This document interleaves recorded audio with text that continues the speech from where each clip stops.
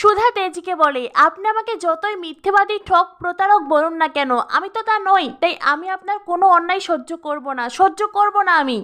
তেজ তখন চিৎকার করে ওঠে। তেজ বলে, আপনি কি করবেন আপনি বলুন। এই বলে তেজ সুধাকে শক্ত করে দু হাত দিয়ে ধরে বলে, কি হলো বলুন আপনি কি করবেন।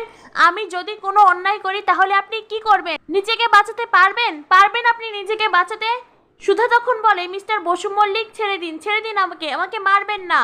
সার্থকের ব্যবহারের কারণে সুধার ভেতরে মানসিক ট্রমা সৃষ্টি হয়েছে। তাই তেজ যখন মাঝে মাঝেই সুধার ওপরে অতিরিক্ত চিৎকার চেঁচামেচি করে তখন সুধা ভীষণ ভয় পেয়ে যায়। তখনই সুধা অসুস্থ বোধ করে। সুধার ভেতরে আবার মানসিক ট্রমা দেখা যায়। সুধা তখন নিজের মধ্যে থাকে না।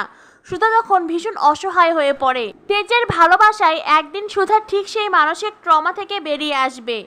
এরপরে তেজ সুধাকে বলে, কি হলো? কি হলো? একটু আগেই তো বলছিলেন কোনো অন্যায় সহ্য করবেন না, তাহলে এখন মুখটা এমন ফ্যাকাশে হয়ে গেল কেন? বলুন কেন ফ্যাকাশে হয়ে গেল? কি ভয় পেয়ে গেলেন? মুখে যতই বড় বড় কথা বলুন না কেন সুধা, আমি জানি সেদিন আপনি আমাকে আপনার ডিভোর্সের কথা কখনোই বলতেন না।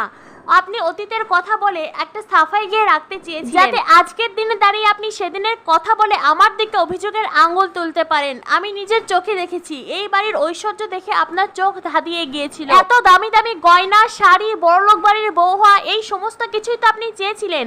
আপনি যা চেয়েছিলেন তাই তো হয়েছে, কিন্তু আমার জীবনটা কি হয়েছে? আমার জীবনটা তো মিথ্যে, রাগ, অন্ধকারে তলিয়ে গেছে।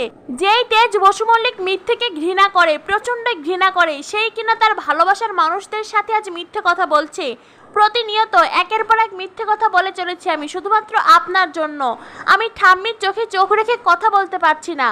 প্রথমবার আমি ঠাম্মিকে মিথ্যে কথা বলেছি। নিয়ত আমি আমার কাছের মানুষদের, আমার আপনজনদের ঠকিয়ে যাচ্ছি। সুধা বলে, কেন ঠকাচ্ছেন? কেন ওনাদের সমস্ত সত্যি কথা বলে দিচ্ছেন না? তেজ বলে, কারণ আমি আপনার ফন্দিটা জানি বলে আমি কাউকে সত্য কথা বলছি না। আপনি কি ভেবেছেন? কি ভেবেছেন আপনি সত্যি বললেই সকলে আপনাকে মাথায় করে রাখবে?